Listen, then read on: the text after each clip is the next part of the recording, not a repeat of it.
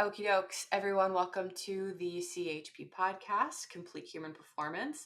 My name is Ariana Scalfo. I'm your host today. I am our director of coaching and also a coach at CHP. I'm here today with, make sure I say this correctly, Tyler Koch. Koch. Koch. You already told me that, and I still pronounced it wrong. That's Koch. okay. Oh my gosh. Koch. So everyone, it's Tyler Koch. And he told me how to pronounce it before this podcast started. So this is why I asked. So Tyler is pretty awesome. He and I have been chatting a little bit before this podcast about his role in the military. So he's been working as a subject matter expert for the United States Air Force, and he oversees human performance with the F-35 fighter pilot community. So he's actually, I want to say, pretty close to being responsible for forming the Human Performance Initiative with the Undergraduate Pilot Training. And then he's got his master's in exercise science. He's owned a gym, worked with professional D1 athletes, and he's worked for a technology startup. So this guy's done a little bit of everything. And now he's in school to become a physician assistant, and he wants to go into orthopedic medicine. So basically, Tyler is just doing a little bit of everything out here. And I think this is going to be a really interesting conversation. Tyler, welcome. It's great to have you on. Thank you. I appreciate that. And obviously, I've done, a pretty basic introduction of you and your background, but it basically tells everyone close to nothing besides what you've gone to school for and what what your job title was. So, can you tell me a little bit about how you wound up in your role in the Air Force, doing what you're doing with those fighter pilots, and then we can go into what that entails. Yeah, sure. Thank you for the introduction. As far as getting into the military, it was really a goal of mine for a long time. So when I got into this world, was 21, 22, 23, kind of the standard age. And for me, I mean, I remember applying for military jobs at that age before a master's degree. At that time, I was running a CrossFit gym, and it was always a real goal of mine to get into that community, more so than sort of your classic sports community with college or professional athletes. Just the military was something I was always drawn to. So spent a lot of time before my undergraduate degree. I was given the opportunity to run a gym, as you mentioned, and it was just such a good experience. That led me to want to go get my master's. And it was really just a desire to want to know more about the human body and a recognition that the skill set that I had at the time was good for kind of a specific population. But then people would come to me and ask, like, hey, I want to do this, I want to do X or Y. And it wasn't knowledge that I had, it wasn't experience that I had. So the recognition of just wanting to go to school to learn a little bit more, able to do that. And then after school, having that degree, people take you more seriously, which is really nice. And sort of opportunities open up, which is, of course, why people go to school. And so had the opportunity to start working with, some more quote unquote elite or higher level athletes. That was a great experience, and then was able to use that a couple years later to get into the military. So I don't think it's necessarily an unusual route to get to the military for a lot of people sort of in this space. But I think for me in particular, it was a goal for such a long time that to finally break in and to finally get to work with, the Air Force and pilots was really a goal of mine. And I feel very fortunate to have been able to do that. Yeah, I think a lot of people who have that fascination with like certain aspects of the military or certain parts of the military and human performance, because it is so pivotal in the military. I think they definitely wind up close to where they want to be, I think, through similar paths. But it sounds like you've always really wanted to work with pilots, if I'm correct, or did you find your way into that sort of in a sideways way? I think for me, it was a little bit more of a sideways way. I had the classic idea right out of school when I was, 22, that I want to work with Navy SEALs, because I think in Mm-hmm. part of that, the Navy honestly has done a great job with marketing, which is a little bit of an aside. But like everyone knows Top Gun, right? Which is like there's the movies and there's Tom Cruise. The Air Force and the Marine Corps have their own version of Top Gun. They would probably hate me describing it like that, but I think it makes sense for this population. And the Air Force's version of Top Gun is called Weapon School. It's 6 months long, and Top Gun is significantly shorter than that.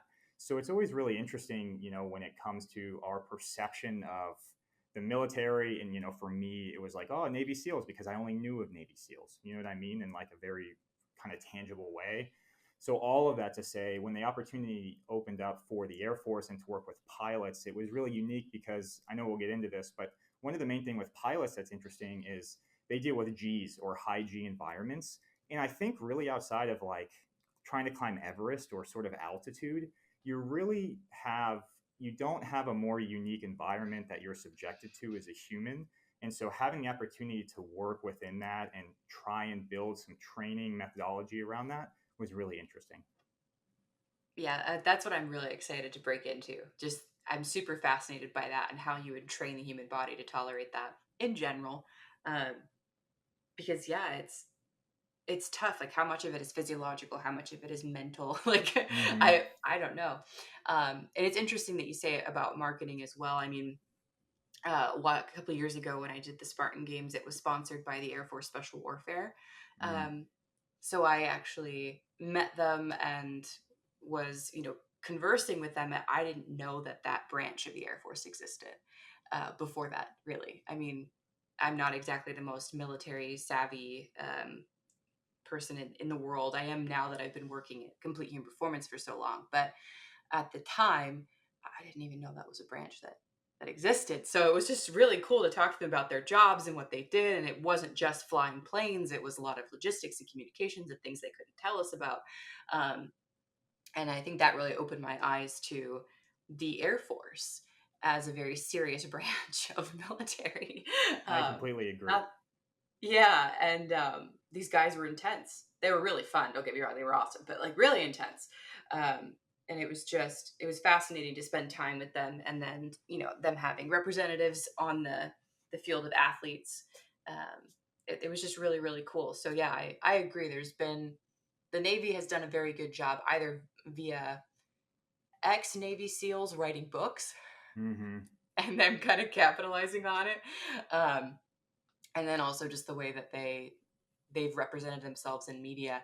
Um, but yeah, the Air Force, that's their thing, so it would make sense that their school would be longer. For sure. So the fighter pilot, I know you said the fighter pilot community in our conversations with each other. What is the community like, and how would you define them kind of as a community? Because I'm sure that there's different types of pilots. I'm sure that there's different ranks, obviously. So just for the layperson, how would you define and contextualize the fighter pilot community as something distinct? That's a really interesting question. And if you're okay with it, I'd like to start with the training itself of how to get there, because I think that Yeah. sort of lends itself to they have to go through this training, so it sort of breeds a certain personality. So, as Hmm. far as the training itself for the fighter pilots, everyone starts within UPT, which is Undergraduate Pilot Training. And that is basically for the first step of flying anything in the Air Force. So, this would be like a fighter, jet, which people are aware of. It'd also be something like they call them heavies in the Air Force, but like a C-5 or a C-17, etc. So anybody who wants to be a pilot in the Air Force goes through UPT, Undergraduate Pilot Training. That's about a year long. And as part of that, you start off flying one airframe, which is a T6, and then you sort of branch off from there depending on how well you do, depending on what goal you have. Because again, not everyone wants to fly a fighter. Some people want to have more of that crew experience. So UPT is the beginning. Then, if you want to go the fighter pilot route specifically, you go to something called B course, which is sort of the next big school. And B course is where you get into the jet that you're going to fly. So this would be like an F-15, an F-35, F-16, etc. And then that can last, roughly a year or so. And then there's kind of breaks in between. So it's anywhere, again, this is going to vary person to person. And the pipeline for being a pilot is sometimes really quick. Other times it gets a little backed up because you can imagine, the hundreds and, thousands of people trying to go through. And you have, an airframe, so a plane will break down or fall behind. So that backs up this class, which backs up the class behind it. And you have the other thing where some people move forward so the people behind them can move faster. So it's a big logistical challenge that they have to navigate. But nonetheless, to be a pilot, to go from brand new day one to get into your jet on assignment in the Air Force, anywhere from 2.5 to 3 years. So it's a really, really long process to get there. as far as myself, I worked with F-35 pilots, and every community within the Air Force is a little bit different. So F-16 guys are a little different than F-22 guys and F-35. But broadly for pilots, they're a really interesting group because they're very diverse. So some of the commonalities among them is that they're all very driven, of course, to want to do something like this. They're all very risk taking. Like a lot of them would enjoy when they would ski, just like go down Black Diamond as quick as they could, or they enjoyed mountain biking, things like that. So activities with a little bit more high risk reward ratio. Um, and as far as some examples of people, so there were some people within the squadron that I worked with. Someone came from Wall Street and then decided to become a fighter pilot later on in life, which is really unique.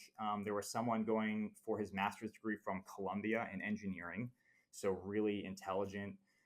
You had some people who, some like younger pilots, some of them were coming from law school, like Yale Law type of thing.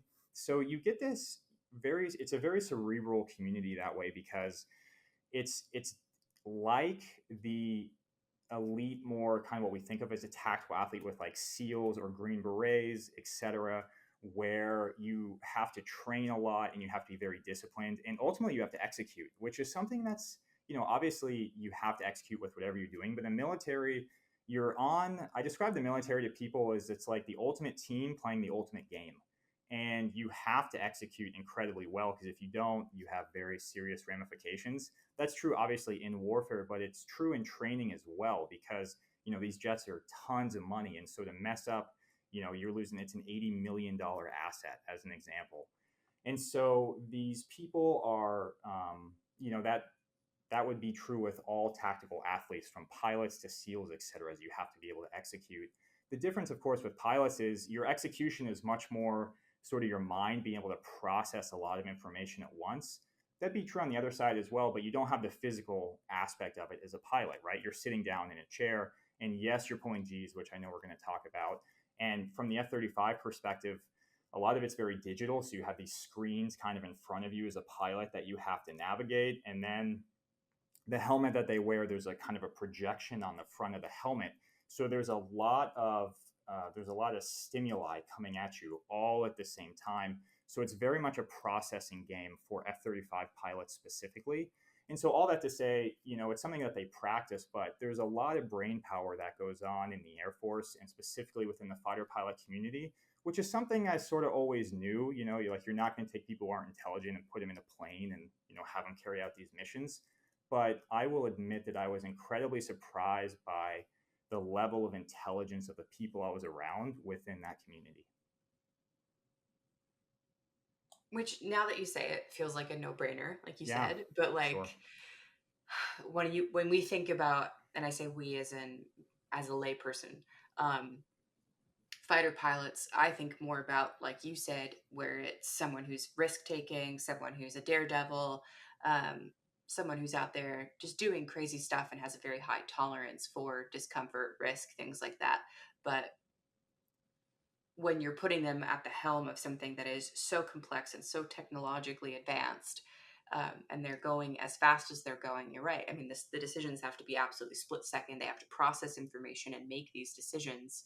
Um, and okay, yes, it's an $80 million piece of equipment, but I'm sure these pilots themselves, I mean, obviously their lives are important, but each pilot also, because of the amount of time it takes them to go through school, they are also hugely valuable.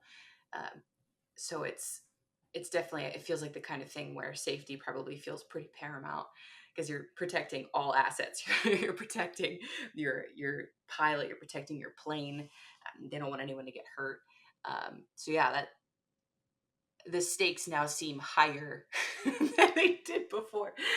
So yeah, I'm sure they also are trying to pull only the most intelligent, only the most quick-witted, and I'm sure also the the health requirements are probably pretty high, right? Like you probably can't wear glasses. Um, you probably need to have very healthy heart, very Yeah. healthy lungs.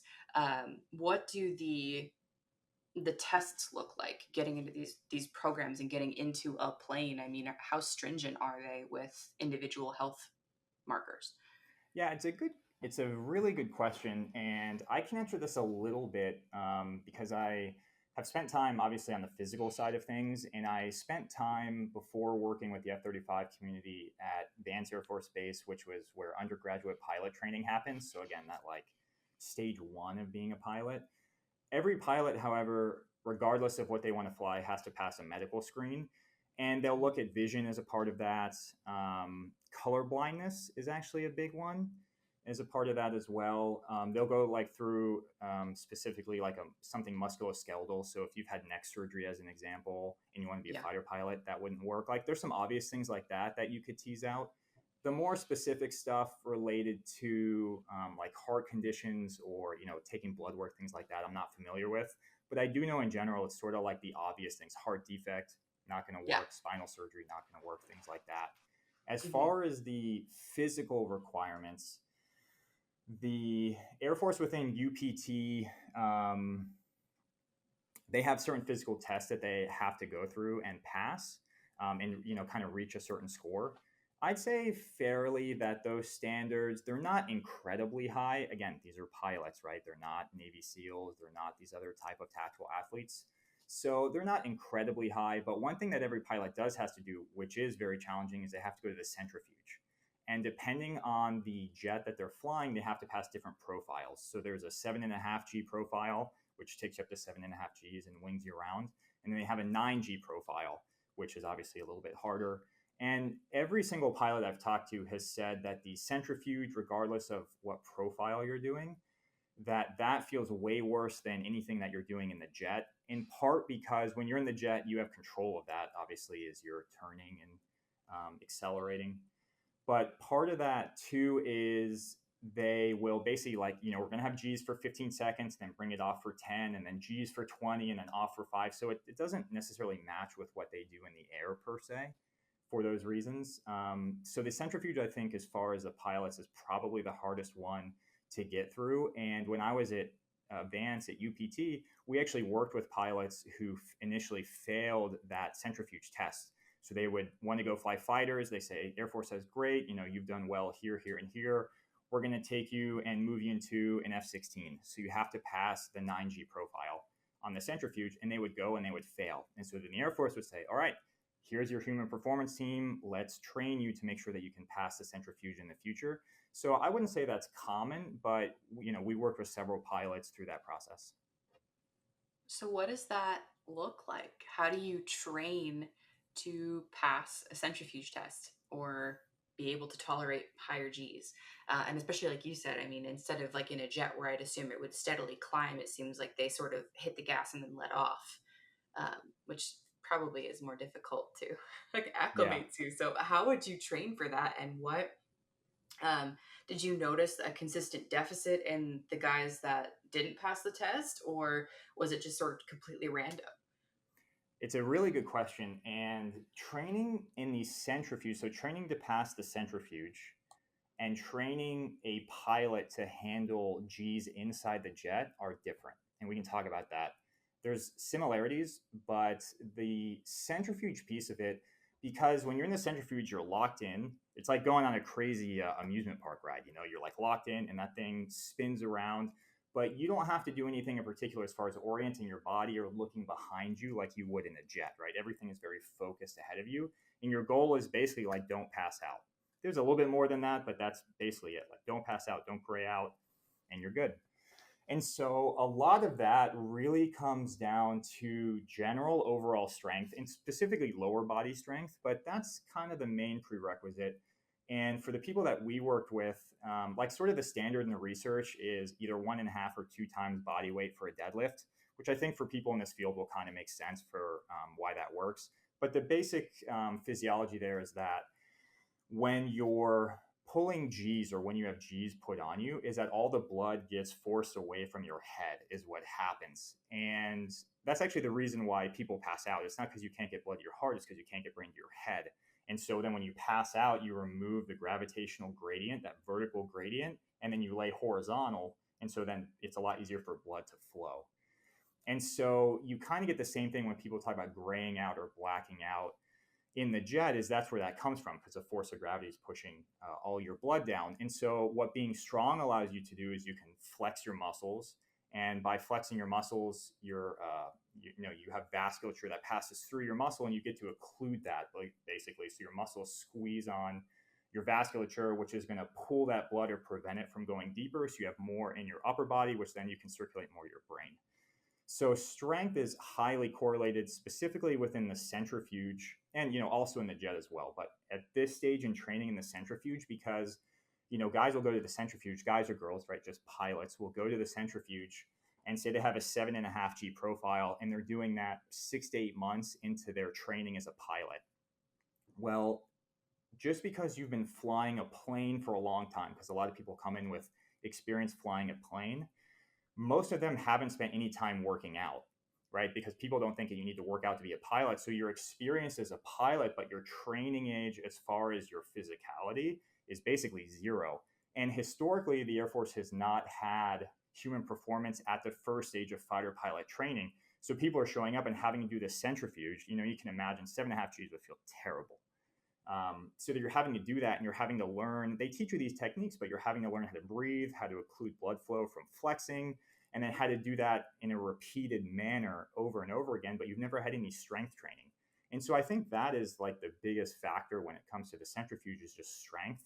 We did see some people where we got them strong enough, and then we did various tests. We would do isometric holds as an example. So we would get them down into the bottom of a squat. We'd have them hold, say 10, 15 seconds, and then pop back up and do that for repeated bouts, trying to mimic, because when you're pulling G's, the way that you sort of occlude is you squeeze your lower body as much as you can. So we would practice that in the gym. And we had a couple people who would do really well on the strength, and really well on these metrics that we were looking for and that we had used to help other people pass. But then sometimes there's a mental block too, because again, as we talked about before, you have to execute. So the majority of the time with the centrifuge, it's just strength training.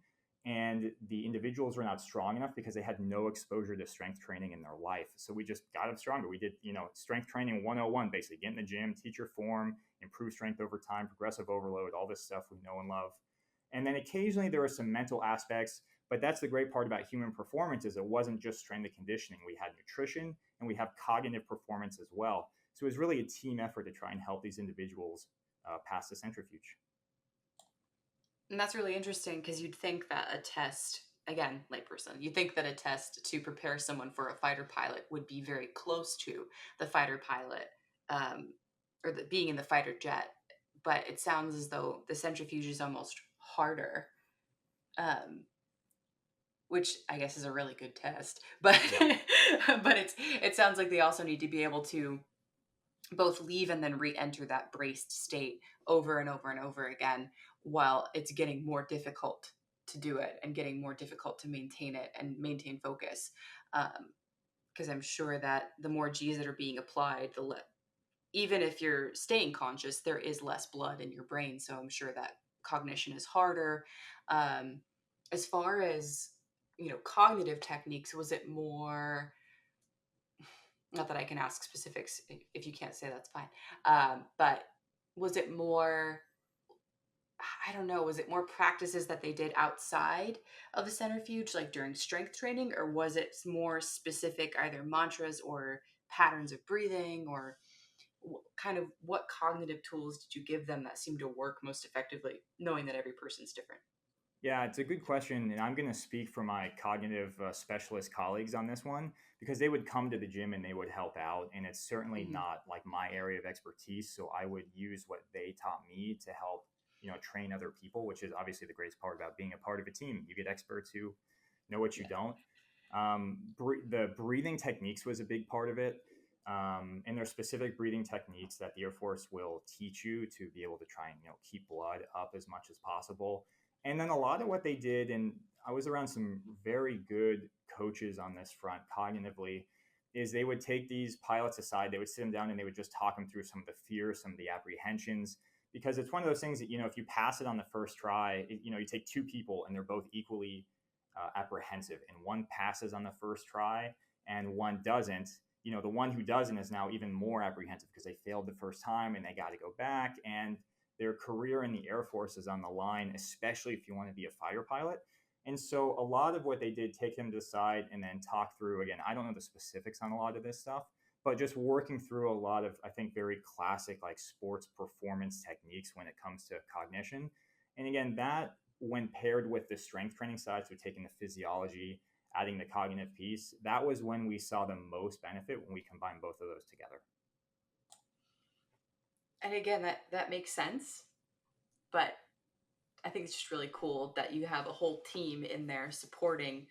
I mean, I'm going to call them athletes. Not only are they new fighter pilots, but now they're also athletes that have to withstand a very specific form of stressor. Yeah. But it's interesting the way that you describe being able to brace and maintain blood flow, or at least occlude it so that it doesn't all pool. Mm-hmm.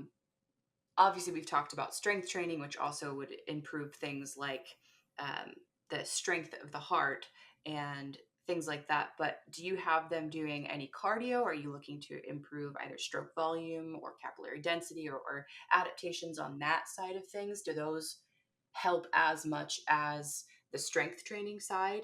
Kind of where did you see the most return once you got them to a baseline level of strength? It's a really, really good question. And like anything else, there's a lot of pieces to it. Yeah. So I'll speak about this less in the centrifuge and more within the F-35 community. So my role specifically, I'll explain my role really briefly with what I did and then Yeah. kind of move into your question. So my role there, I worked as with myself as strength conditioning coach and then with an athletic trainer. And we oversaw human performance for a squadron of F-35 fighter pilots. So we had about 30 pilots, give or take, and it was our job just to take care of them. And one of the really interesting things about human performance is that you have strength and conditioning in a textbook and you have strength and conditioning, when you're working with more of the general population. And then I know you know this, of course, and then you sort of get to these higher levels and you're working with a lot of people and you have to start dealing with personalities. It's not just like this textbook of we have this NSCA pyramid, and you build your foundation and, you work your way up. Is you have to then do strength and conditioning in the wild and, work with all of these different individual people. And so some of the answer to your question depended on the person as well, because I will say that most pilots, especially when I first got into this community, I was trying to learn as much as I could. I'd pepper them with questions. So they'd go out for a sortie and they'd come back and I'd be waiting for them. I'd say, how'd you feel? What did you eat beforehand? How did you sleep last night? I was leading the workouts at that point, but, are you sore? A lot of these questions so I could understand the state of their physical health. And then they would tell me like, yeah, on this sortie, we were dogfighting today. And yeah, it felt like much more tough than normal. Or they'd say other times like, yeah, I feel great. Like we did, they would sometimes do dogfighting and then they would refuel in the air and then continue. So, to use the centrifuge example, you're like spinning around, you're doing that for 20, 30 minutes. You take a little bit of a break and then you do the whole thing again, basically like the same concept there. And so learning those questions for me was really important. And to return to what you asked, I didn't find really anyone who felt like that they struggled with their more aerobic capacity. So it's not that I targeted that. It's just no one ever got out of the jet and was like, I was so out of breath, kind of like playing soccer. Like no one got out of there feeling like they just played a soccer game. Like I'm so out of breath. I feel like I can't catch my breath. The commonality of when they would get out of the jet for these high G environments is they feel like, towards the end of, my sortie or my flight it was a lot harder for me just to squeeze as hard as I could. Like the first, initial part of the flight, I was squeezing well, wasn't seeing any gray, everything was good. But later on, especially an hour in, it got a lot harder for me. So that definitely has an aerobic component to it. But I think about more of that as just like sort of anaerobic repeatability. And so that would be a lot of what I would focus on personally. So these outputs you talked about, like capillary density and stroke volume, I didn't do anything specifically thinking in my head like I need to improve those specific outcomes. My focus was on, I know I need repeated anaerobic efforts. And so I'm going to use different methods in the gym to try and test that, knowing that if I can get there, that these sort of physiological adaptations are going to follow along for the ride. So that's how I approach it personally, again, which is not right or wrong, but that was definitely more my approach. So as an example for anaerobic repeatability, something we would do with the pilots in this case is, I'd have them jump on an airdyne. and they pedal as hard as they could for 20, 30 seconds and just gas them. And then what I would do from there is I'd have them do a heavy farmer carry. So they'd have like 100 pounds in each hand, and they'd walk, this is an example, but they'd walk 50 yards. And then they'd set that down, then I'd have them hold a plank for a minute. And then I'd have them pick up like a slam ball, so a 70-pound slam ball, like or a sandbag, same thing. Put that on their chest and then do another carry, and then we would rest, right? So you're having to do all of these efforts of carrying, of planking, when your heart rate is high, when you don't feel like it, when you're tired, but you have to control your air as you're doing those things too. And we would do that, the typical high G exposure would be, say 2 minutes long. So you're in a dogfight, you're in this high G environment. It lasts about 2 minutes. Someone will win, someone will lose, and then you kind of reset. You fly away from each other, and then you come back and you break in again. So it's sort of like 2-minute repeated efforts. And so that's where I would focus my time domain specifically on that front. And then I would mix and match. We do carries. I'd have them hold the bottom of a squat, just concepts like that. But that's what I would use to focus on my repeated anaerobic efforts, knowing that if we can do this, we are also improving our aerobic system as well. So kind of everything came along for the ride. And of course, with athletes who I felt like, athletes, pilots, I think about them as athletes, like you said. But with these athletes who didn't have a good foundation of strength, the repeated anaerobic efforts would come second. So the priority being first in the workout, I'd have them do a lot of strength work initially. And like, we're going to get your strength down. We're going to get your form down. This is where I want to focus first. And I'd have other guys who, I'd get guys who are Division I athletes. And I trained someone recently who legitimately was a professional athlete, big guy, strong guy, could jump, run quickly, like 4.6, 4.7, 40, like a very, very good athlete. So with him, I'm not teaching him how to squat. I'm fine tuning little things with his squat. But for those athletes who were newer, again, it was just a lot of finding your priority with the athlete or the pilot that you're working with. And then that determined where we wanted to go. But once I got them all on the same page, these repeated anaerobic efforts seemed to me to be the best method to help prepare them for the high G environment from a metabolic perspective. And then if there was anything from a musculoskeletal perspective, as far as like, this is lacking, or I feel it in my neck, some people, I know this is a lot and I'll cut it off after this, but some people would say, I'm doing a high G sortie, I feel it in my neck. Other people would say, I feel it in my shoulder. Other people would say, I feel it in my low back. And so then you can start to combine all of these different components together to say, here's our metabolic piece. Here's our kind of specific musculoskeletal piece, depending on what you need specifically, more neck pain, more low back pain, etc. You're brand new, so here's our focus. You're more experienced, here's our focus. And you kind of throw those into the pot, and then you start to extract what is going to work best for you. That is really cool because, having worked with MMA fighters or Brazilian Jiu-Jitsu fighters, just thinking about your repeated anaerobic bouts that are around 2 minutes long, it just reminds me of how I work with my fighters to prepare for repeat sparring sessions, and or competition where they're going, 2 to 5 minutes over and over and over and over again with short rests in between. And it's very high stress, and they have to also maintain focus and cognitive ability while sometimes holding their breath, being choked. It's a very different sport, but I train them very similarly, using the Airdyne, using heavy carries, something that's going to sit on their neck or add a level of stress that's more emotional than it is physiological, or maybe it is physiological. It's kind of cutting off their circulation or something. But yeah, I've also found that to be super effective because you're really mimicking the stressors that these guys are going to be under, guys or girls, and giving them the opportunity to train at that level of intensity, but in a simpler way. There's less thinking happening. There's less mental chess, and it's more just like effort, which is really cool. It's really cool. Something is as an aside, but like a personal experience thing, which I think is just fascinating.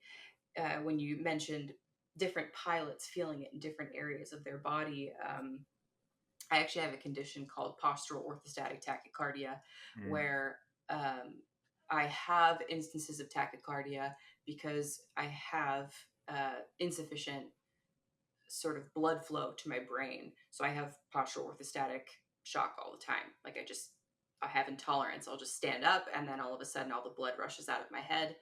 Um, and I manage this on an ongoing basis. But one of the biggest things that helped was strength training and increasing the strength in the muscles in and around my neck and my upper back.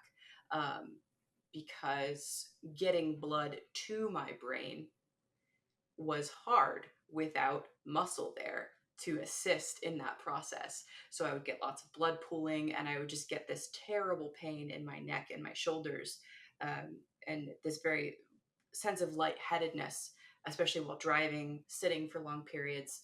And it would only be made better by laying down.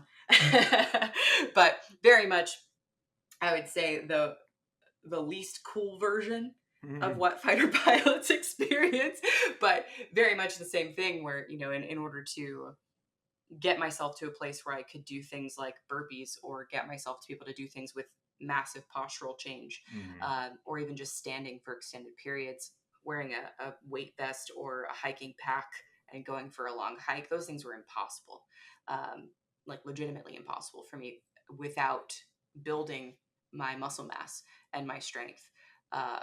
So it's just really interesting to now apply that, which is my illness, basically, to the extreme performance side, where the only reason it's happening is because they're being exposed to high G's, but it's sort of a very similar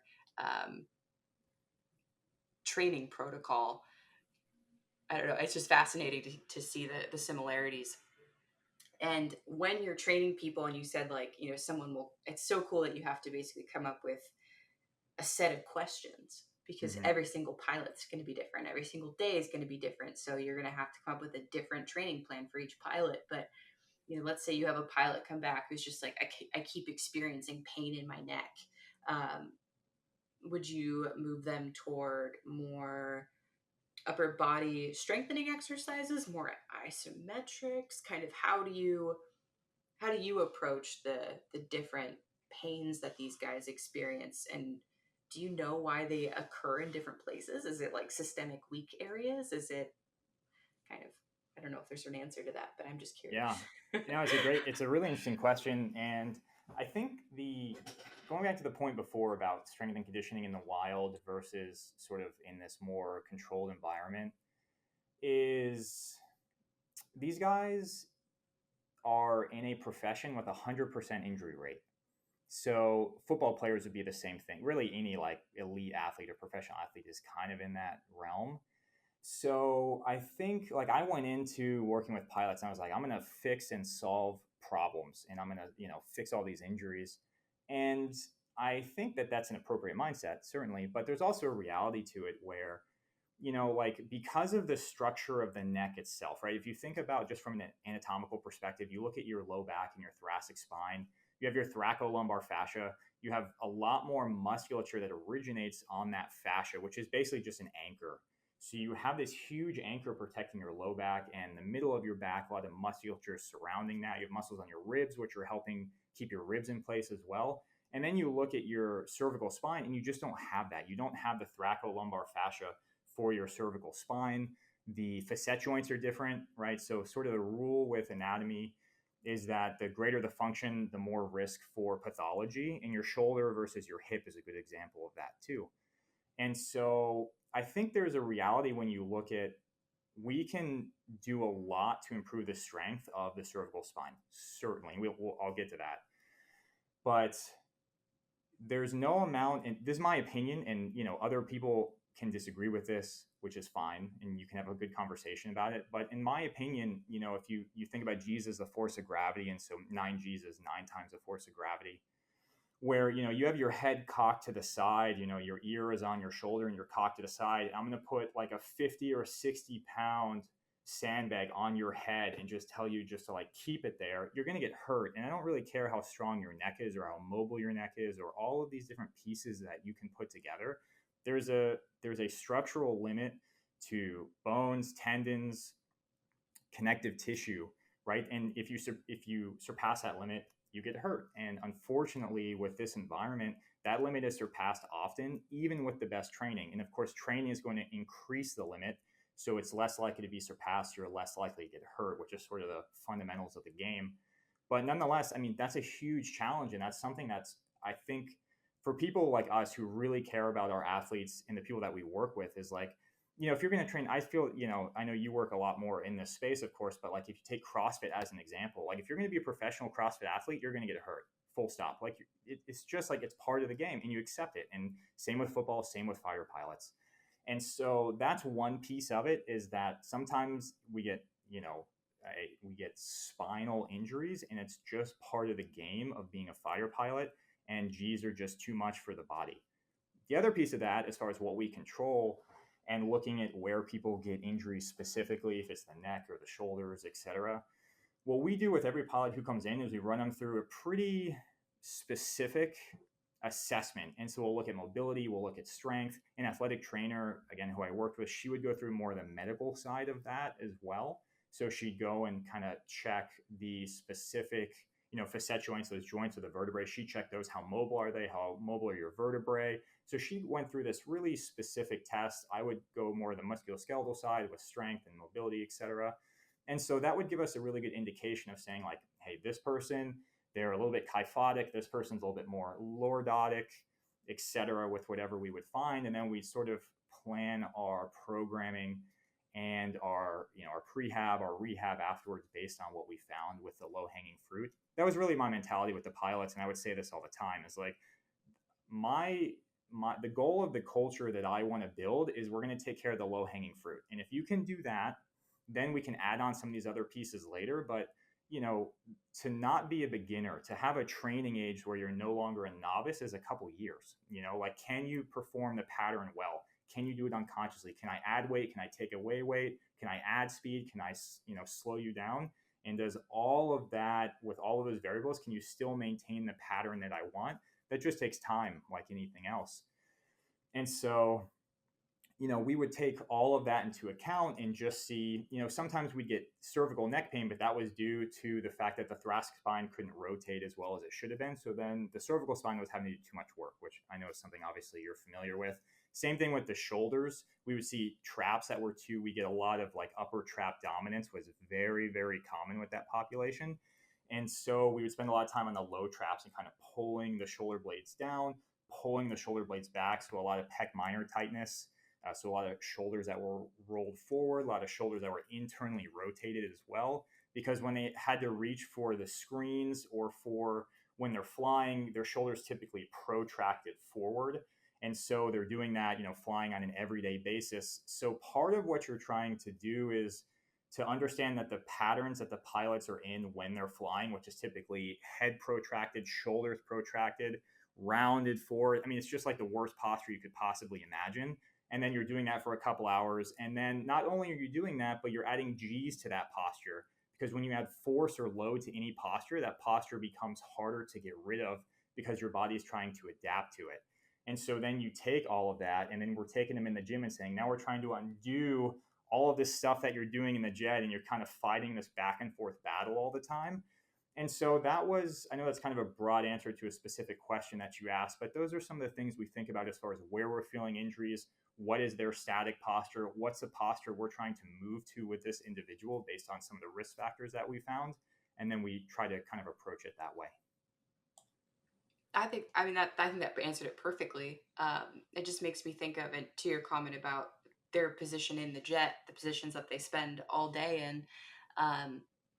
It's why I think it's important to, as an online coach, or even when I was coaching in person, if you see someone doing a lot of compensatory movement patterns or moving strangely, ask them what their day job is first. I don't know how many times I would see a guy who's just all slouched forward, all rounded forward. I wouldn't even try to, in a 1 hour class, change that. But I would be like, hey, what's your day job? And they'd be like, I'm a driver, or I operate heavy machinery, or something like that. And you can't undo that in a single class. And no mobility routine is going to make that 100% better. But what you can do is make them aware of it, and then be like, hey, maybe every day after work, you should do this mobility routine. Maybe every day you should do a little bit of this. So obviously it just makes sense that you would approach fighter pilots in the same way. Because yeah, that makes sense. If they've just got a giant weight on their head and they're in these awkward postures, um, injury is just gonna happen. It makes me think too of any time I've ever worked with anyone in the military who jumped out of planes.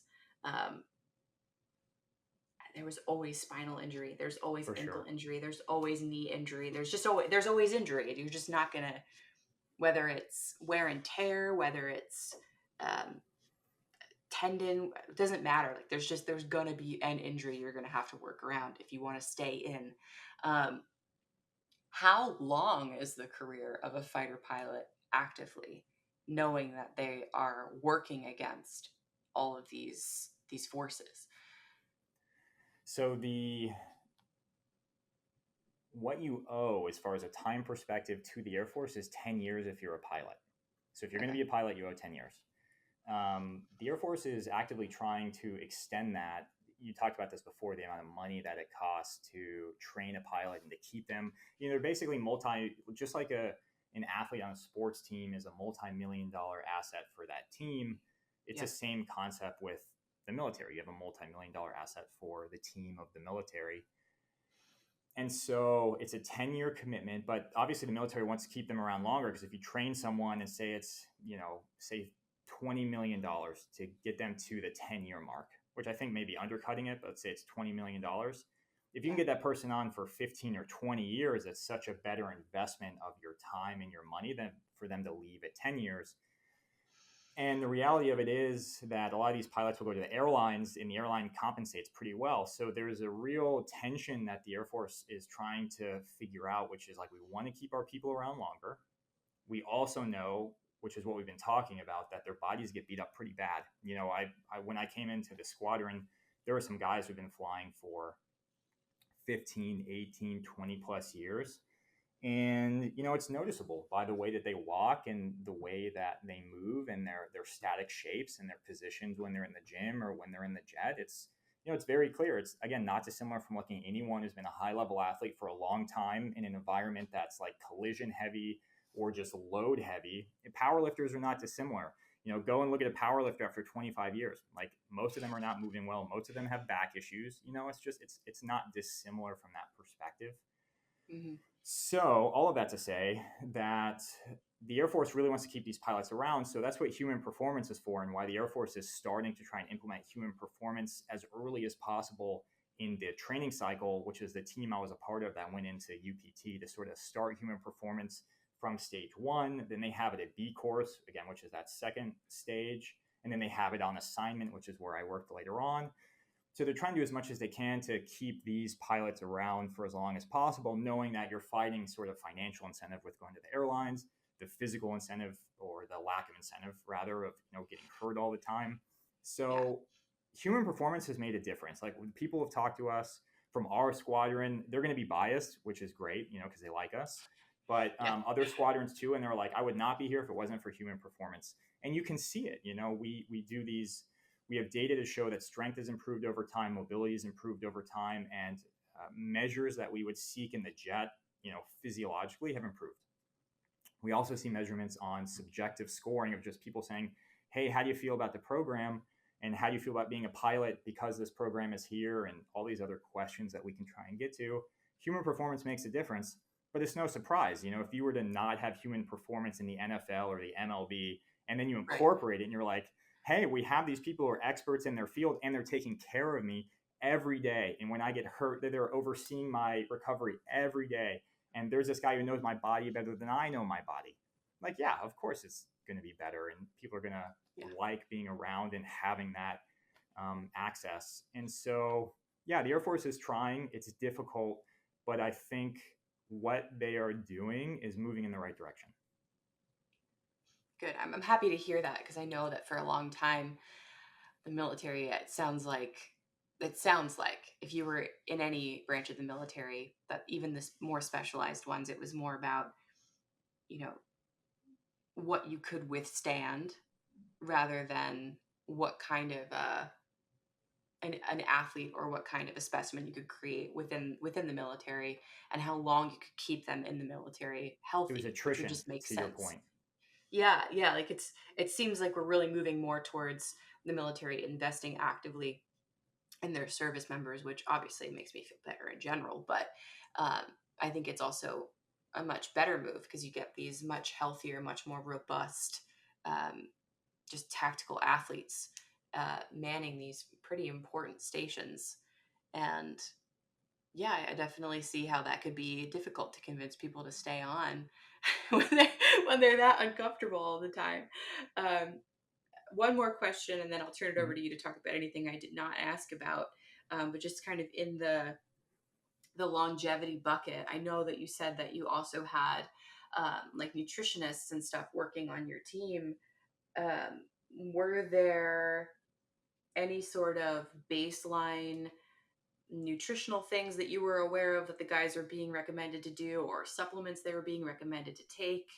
Or was it just kind of like, just please stay on top of the basics? Like how, and I know that probably wasn't what you were doing in particular, but um, what were the most common battles you saw on the nutritional side, I guess could be a better question. Yeah, it's another good question, and this was a little bit different depending on if you were working within UPT, that first stage, or if you're on assignment in your squadron. And part of the reason for that is because at UPT, you're getting young men and young women. So they're in their early 20s. And at that stage, for everyone but the people who are just really ahead of the game, nutrition is terrible. Like you think going to McDonald's is not that bad of a meal, or like Subway is your healthy fast food, that type of thing that you have to sort of learn over time.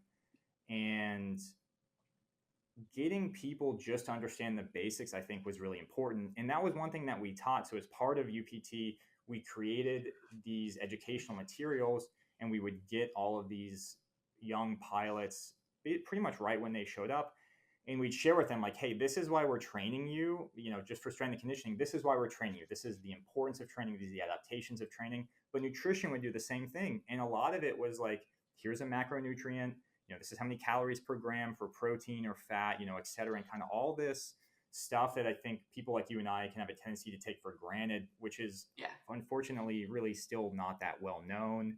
Like peanut butter being this like high protein food versus a high fat food, just like a lot of misconceptions out there like that. And so that was a lot of what nutrition worked on initially, was just like, we need to lay the groundwork to be able to just eat well and take care of yourself functionally.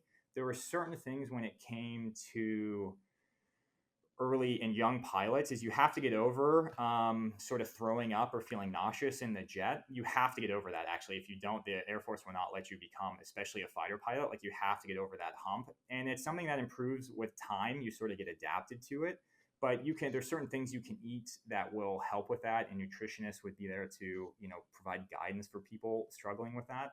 But a lot of it at UPT was just like, we're going to get the basics down. Later on in a squadron, I mean, that's definitely still the focus, but you're dealing with people at different stages in life. So we'd have some people who are coming in with the squadron in their 25 or 26. They just went through that 3-year process.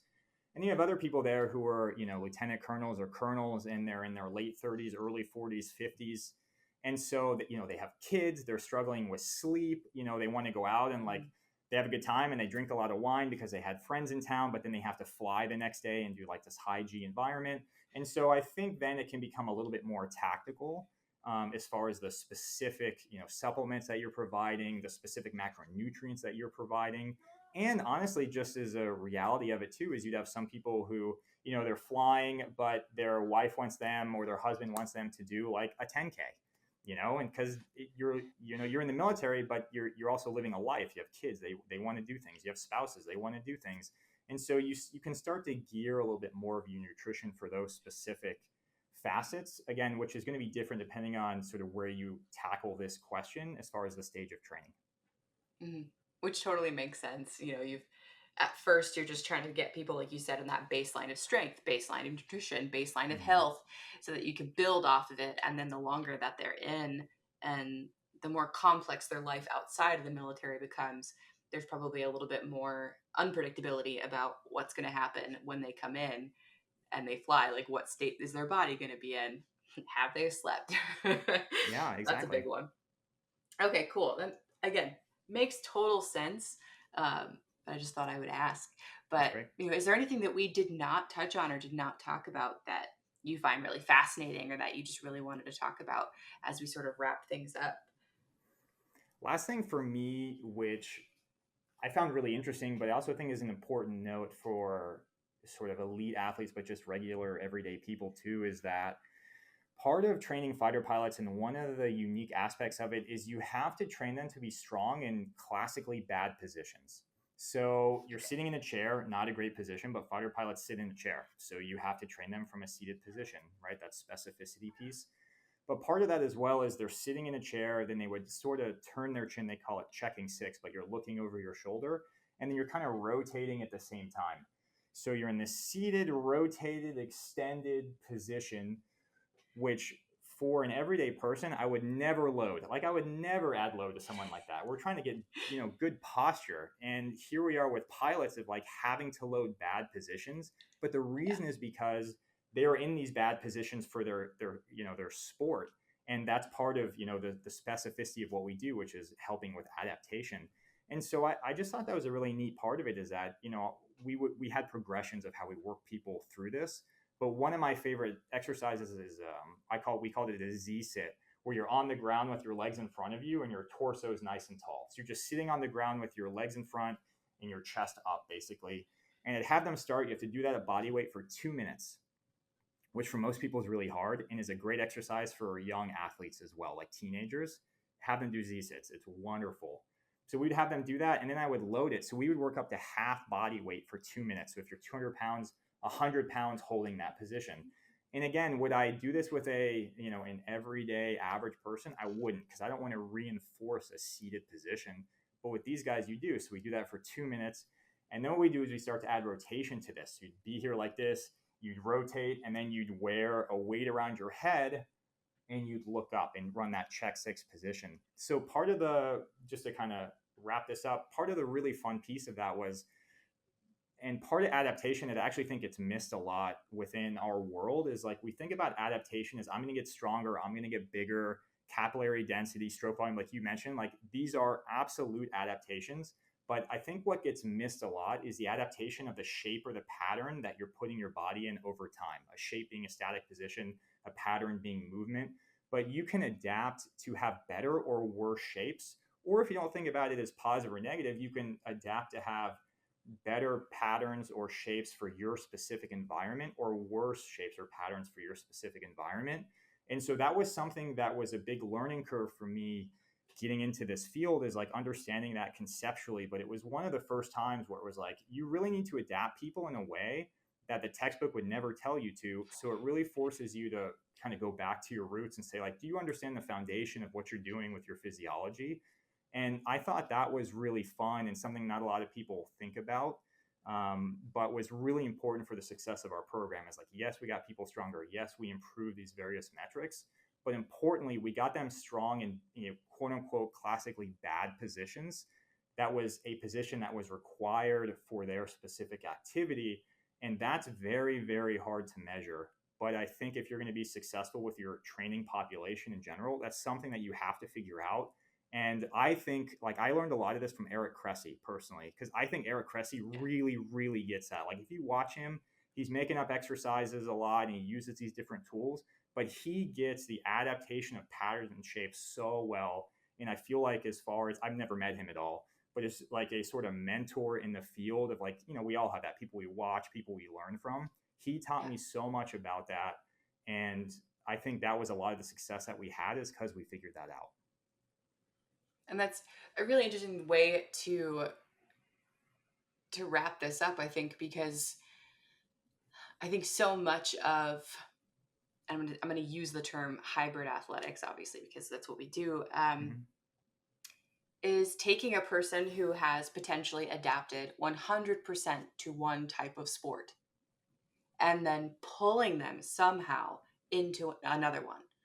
But working with the fact that you now have an athlete who may be entirely adapted, even mentally adapted to the stressors of a completely opposite and different sport than the other one that they're trying to do. So you, like you said, if you have a power lifter, you're going to have a very stiff individual, Hmm. someone who is very good at maximum power, but maybe they're not very good at middling outputs for long periods of time. Or you have a runner, someone who they're also very stiff, but in a different way. um, how do you bring them over, and how do you build resilience in those new positions that they want to be in and that they want to perform in, when they potentially have zero background and zero training age in sometimes very new or bizarre or very different positions than they've ever done. I mean, it works for a runner to have tight hamstrings. It does not work for someone who wants to do deadlifts Hmm. potentially and get into that position. So it's really cool that you came up with a specific way to train and load that bad position, because it's still a functional position that human bodies can enter. So yeah, let's figure out a way to load it. Let's figure out a way to build resiliency going into and out of that position. Um, and I think, like you said, there's so many sports, there's so many jobs, there's so many. I mean, look at me sitting in the chair. I'm like, all like this, like. But I think, it's, instead of thinking, okay, when I train a person, I need to train them to look perfect. I need to train them to look like they came out of the textbook. What you should be doing is looking at that person and say, what is their life like? What positions are they in most often? Am I working with a dentist? Are they hunched over with one arm out all the time? Um, you're not going to undo the hours of dentistry, but you might be able to help them be a little bit stronger, or whatever it may be. Um, that's really cool. And like, again, like, I never even considered that, but that seems like that would be such an important part of training, is just building their tolerance. Because yeah, that's crazy to have to go like this while under 7 Gs or Yeah. 9 Gs. That's insane. And then not pass out at the same time. Yeah, that's Yeah. completely nuts. And yeah, I could definitely see how that would be just like a dream job, insofar as being able to be creative and problem solving and really pulling on your education on principles and systems, Hmm. um, rather than looking at pre-existing patterns and pre-existing solutions. You kind of have to dive a little bit deeper. So I don't really have any other questions. I want to be respectful of your time, um, but thank you so much for hopping on and chatting with me about this. It's just been fascinating. It's something I had no idea about, which was really fun. um, to learn about the community, what goes into being a fighter pilot, and what goes into being a pilot in those extreme environments, and then kind of what the military is doing to support these pilots and people like you in the roles that you have. So thank you. I just really appreciate your time and reaching out and hopping on here. It's been really cool. Yeah, thank you for the opportunity. I just think it's great to start to share this stuff because, just your point, it's something that I think in some ways is a lot of common sense. Is like you sort of talk through it and you're like, oh yeah, a lot of this, Yeah. obviously. But I think as a young strength and conditioning coach, or someone who desires to go into the tactical field, there's a lot of opportunity for fighter pilots, and it's not well known. And the book hasn't been written yet. Kind of what you were talking about is these principles and foundational approach.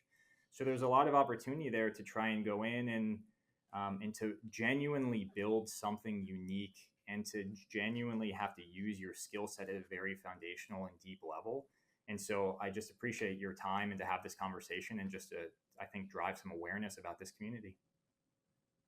That's awesome. That's perfect. I mean, there's just so many people who listen to this podcast that are in various stages of their coaching life or school or wherever it may be, and just knowing that these opportunities are out there, um, I think is really important, because if you didn't know about it already or have the pre-existing interest, I'm not sure they would ever stumble upon it. Mm-hmm. So no, thank you. I appreciate your time and your expertise.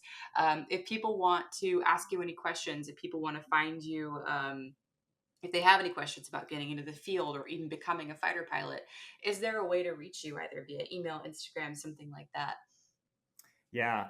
So I have like started in Instagram, and it's still in its nascent or young form, but it's called 2 Minute Mechanics. And so part of that is just taking a minute and a half or 2 minutes and going through just kind of basic form and foundational form at the gym, and then using that platform to talk about stuff like this as well. So that's on Instagram. It's called 2 Minute Mechanics. That'd probably be the best way. And I'm happy to share my email with you, which you can post in the show notes or however you do this. And then people are welcome to reach out there too. Okay, awesome. I just want to make sure if people want to reach you directly that they have Sure. the way to do so. Yeah, thank you so much for your time.